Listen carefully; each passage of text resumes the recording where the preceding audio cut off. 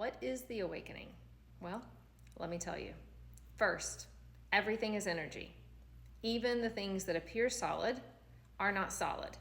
They are just energy condensed into slower frequencies in order to appear solid. Now, from there, let me explain to you how that plays in the awakening process. You came into this reality with no beliefs. These represent timelines or frequencies. And with each one of these timelines and frequencies, there are beliefs that change your resonance. As you're born, you have no beliefs. You're resonating on this high timeline.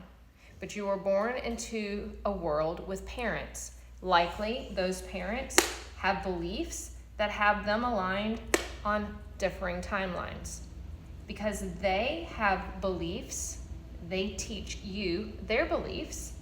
Their beliefs now influence your frequency, which then causes you to shift to a different timeline. Every timeline that you shift to that is lower than your natural vibration takes you closer and closer to what the Bible calls hell, which is separation from God, your highest self. As you resonate here long enough, you begin to experience a lot of what we call suffering. This suffering then causes you to begin to question and then release some of those limiting beliefs. You released some of the beliefs here that weren't serving you, so then you increase to a higher timeline. You will experience this timeline until you release beliefs that no longer serve you here. Then you will come to this timeline. So on and so forth until you ultimately achieve what most people call enlightenment or an awakening. However, what happens is this is familiar and everything that you're experiencing here is familiar. So as you begin shifting to this new timeline, there are things in your reality that are still on this timeline that you are experiencing. You're in what we call the static. You're not fully aligned with this timeline, but you haven't completely left this one. And in this static, this timeline can draw you back, or you can be consistent and stay moving forward.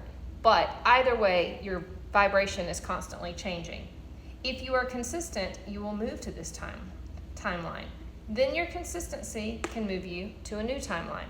With each timeline, there are a whole new set of beliefs and a whole new set of thoughts, because your thoughts are not your own. They are simply energy as well, and you are receiving them based on the timeline that you are on. Every time that you release a limiting belief, you begin to move towards your next timeline. However, that belief will come back to test you. It's not really a test, it's just the way the law of the universe works. It's a frequency that you are tuning away from, but it is still active. So you have this in-between static, and then ultimately you experience enough that you choose a new belief and you stay there. Before you know it, you've attained enlightenment, you've released all limiting beliefs, and now you're resonating at the timeline in which you were born. This is what it means to be born again. So as you can see, it's a very simple process, although it feels extremely challenging because it's all happening within, and no one knows about it but you. As you're going through this process, be aware of your thoughts. Your thoughts tune you to the highest version of yourself, releasing limiting beliefs, because the version of you that you want to be living is already in existence, and it's calling you to it, which is why you feel so uncomfortable. Tuning intentionally every single day will eventually align you with the highest version of yourself, releasing all of these limiting beliefs. And this is why I love what I do, helping people learn how to tune themselves every single day to shorten the process, to align with the highest version of themselves. If you're looking for a partner to help you climb, you can book a session. The link is in the bio.